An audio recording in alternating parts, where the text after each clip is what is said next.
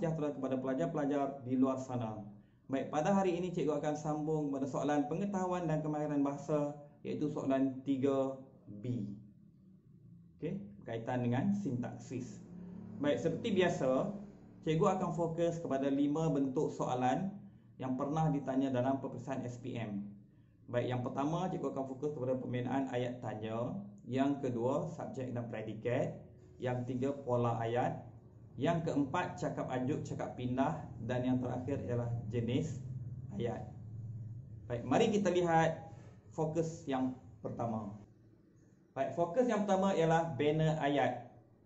Baik, mengikut soalan yang diberi kepada kita ialah berdasarkan ayat-ayat di bawah, bina ayat tanya dengan menggunakan kata tanya yang betul. Kata tanya yang digunakan adalah bersesuaian dengan rangkai kata yang berhuruf condong dalam ayat yang diberikan. Baik, di sini kalau pelajar lihat, cikgu dah highlightkan dengan warna biru tulisan berhuruf condong supaya lebih jelas untuk dilihat. Baik, kalau kita lihat, kita ada 7 kata tanya yang akan kita gunakan untuk membina ayat tanya. Baik, iaitu apa, bila, mana, siapa, kenapa, mengapa dan bagaimana. Baik, ketujuh-tujuh kata tanya ini perlu kita gunakan apabila kita membina ayat tanya. Baik, kita ambil contoh. Pertandingan akhir pidato Piala Diraja peringkat daerah Kulai akan diadakan di Sekolah Menengah Kebangsaan Taman Puteri.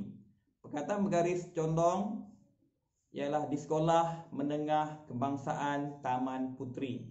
Baik, kita mesti fikirkan apakah kata tanya yang sesuai digunakan. Okey, kalau digunakan untuk menunjukkan tempat ataupun kedudukan ialah kata tanya mana. Jadi, apabila kita menggunakan kata tanya mana, bila diletak di hadapan ayat, kita kena letak partikel kah. Begitu juga dengan kata sendi, iaitu di. Baik, bagi jawapan untuk soalan nombor 1, di manakah pertandingan akhir pidato Piala Diraja peringkat daerah Kulai akan diadakan? Baik, nampak bagaimana kita membina ayat tanya menggunakan kata tanya yang sesuai. Baik, untuk soalan nombor 2 hingga nombor 6, cikgu harap para pelajar dapat menjawabnya. Okey.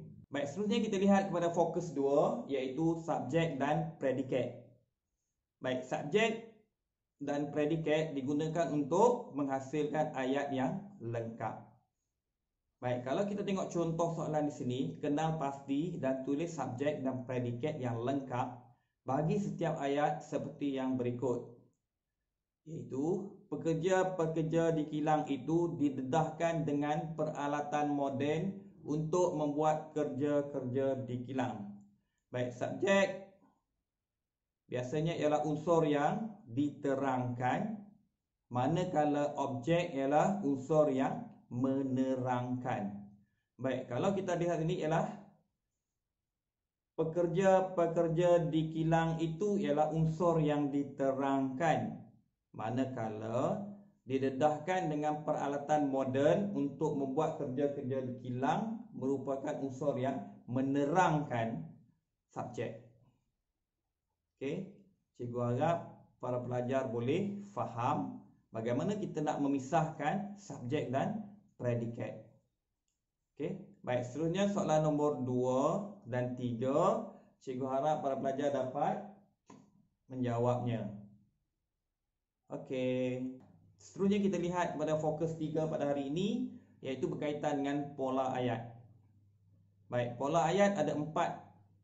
Okey, ada 4 pola ayat, iaitu FN ataupun frasa nama, yang keduanya frasa nama, frasa kerja, yang ketiga ialah frasa nama, frasa adjektif, dan frasa nama, frasa sendi nama.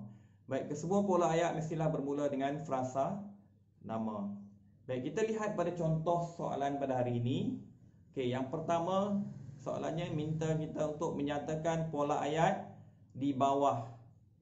Okey, Jadi apa yang perlu dilakukan? Yang pertama sekali kita kena lihat kepada ayat tersebut, iaitu kakak sulungnya pegawai kanan di Jabatan Pendaftaran Kulai. Baik, untuk ini pelajar kena pastikan pisahkan dulu mana satu subjek dan mana satu predikat supaya mudah untuk kita menulis ataupun menjawab pola ayat. Baik, bagi soalan ini ialah apa? Kakak sulungnya ialah subjek. Pegawai kanan di Jabatan Pendaftaran Kulai merupakan predikat. Jadi kakak sulungnya subjek merupakan frasa nama dan pegawai kanan di Jabatan Pendaftaran Kulai merupakan frasa nama. Jadi jawapannya ialah FN dan FN. Baik, kita lihat contoh yang kedua. Baik, contoh yang kedua ialah sayur-sayuran dan buah-buahan yang dijual di pasar itu segar bugar. Baik, kalau kita lihat kat sini ada segar bugar, iaitu merujuk kepada frasa adjektif. Maka jawapannya ialah frasa nama, frasa adjektif. Okey? Baik, cikgu harap pelajar faham dan seterusnya pelajar boleh cuba latihan nombor 3 hingga nombor 6. Baik, seterusnya kita lihat pada fokus 4, iaitu berkaitan dengan cakap ajuk dan cakap pindah. Baik, cakap ajuk merupakan percakapan seseorang. Kita kena pasti berapa orang watak yang bercakap dalam ayat tersebut. Manakala cakap pindah merupakan bentuk ayat yang ditulis semula, tanpa menggunakan dialog ataupun percakapan, tapi tidak berubah maksud. Cuma ada beberapa tips untuk menukarkan ayat di bawah, iaitu yang pertama sekali kita kena gugurkan tanda bacaan. Pembuka kata, koma dan sebagainya perlu digugurkan. Okey, baik, yang kedua kita kena gunakan kata ganti nama yang sesuai. Contohnya kalau kata ganti nama seperti aku, kita mungkin perlu tukarkan kepada dia ataupun beliau yang lebih sesuai. Begitu juga dengan kata ganti nama tempat, sini, sana. Okey, begitu juga dengan yang lain-lainnya. Baik, kita lihat pada contoh soalan. Baik, yang pertama sekali tukarkan cakap ajuk, tukarkan ayat cakap ajuk di bawah kepada ayat cakap pindah. Baik, dia bagi contoh nombor 1. Semalam saya bermimpi bahawa saya menjadi seorang puteri raja, kata Fatihah kepada rakannya. Baik, yang pertama sekali kita lihat percakapan ini antara Fatihah dan rakannya. Maknanya ada dua watak. Baik, yang kedua kita akan gugurkan tanda bacaan. Okey, kemudian seterusnya kita akan menulis ayat cakap pindah tanpa mengubah maksud. Baik, kita lihat contoh yang saya berikan. Fatihah berkata kepada rakannya bahawa pada malam tadi dia bermimpi menjadi seorang puteri raja. Okey, kita lihat saya tu kita dah tukar kepada dia. Baik, bagi soalan seterusnya, cikgu harap para pelajar dapat menulis jawapan yang tepat dan sesuai. Ingat tips tadi, gugurkan tanda bacaan dan tukarkan kata ganti nama, kata ganti tempat. Okey. Baik, seterusnya kita pergi pada fokus 5 cikgu pada hari ini, iaitu berkaitan dengan jenis-jenis ayat.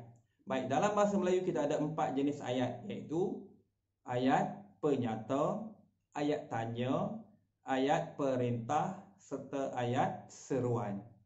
Baik, cuma ayat perintah saja dia pecah lagi kepada 4, iaitu suruhan, larangan, permintaan dan silaan. Baik, kita lihat contoh. Soalan ialah kenal pasti jenis-jenis ayat perintah di bawah dan nyatakan sama ada ayat tersebut ayat suruhan, permintaan, silaan atau ayat larangan. Okey. Jadi jenis ayat yang diminta kita jawab ialah jenis ayat perintah. Jadi ada 4 sahaja, maka kita akan jawab. Baik, contoh yang pertama. Tolong padamkan lampu sebelum meninggalkan bilik ini. Ayat apa pelajar? Bagus, ayat permintaan. Okey. Jadi para pelajar kena lihat terutamanya perkataan-perkataan ataupun kata kunci yang digunakan dalam ayat perintah. Contohnya macam tadi ialah tolong. Tolong tu merupakan satu kata kunci ya, supaya pelajar dapat memahaminya dan seterusnya dapat menjawab bahawa itu adalah ayat permintaan. Okey, baik. Soalan seterusnya saya harap para pelajar dapat menjawabnya di rumah. Okey.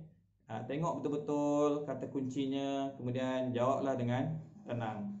Baik, itu saja fokus saya pada hari ini berkaitan dengan sintaksis ataupun soalan 3B, iaitu fokus kepada 5 bentuk soalan yang pernah ditanya dalam peperiksaan SPM. Baik, saya harap pelajar-pelajar dapat membuat latihan, berpandukan buku-buku rujukan dan sebagainya supaya membantu pelajar untuk menjawab soalan 3B. Ingat, 6 markah amat berharga untuk kita. Jadi teruskan dengan latihan anda. Baik, sampai jumpa lagi. Bye-bye.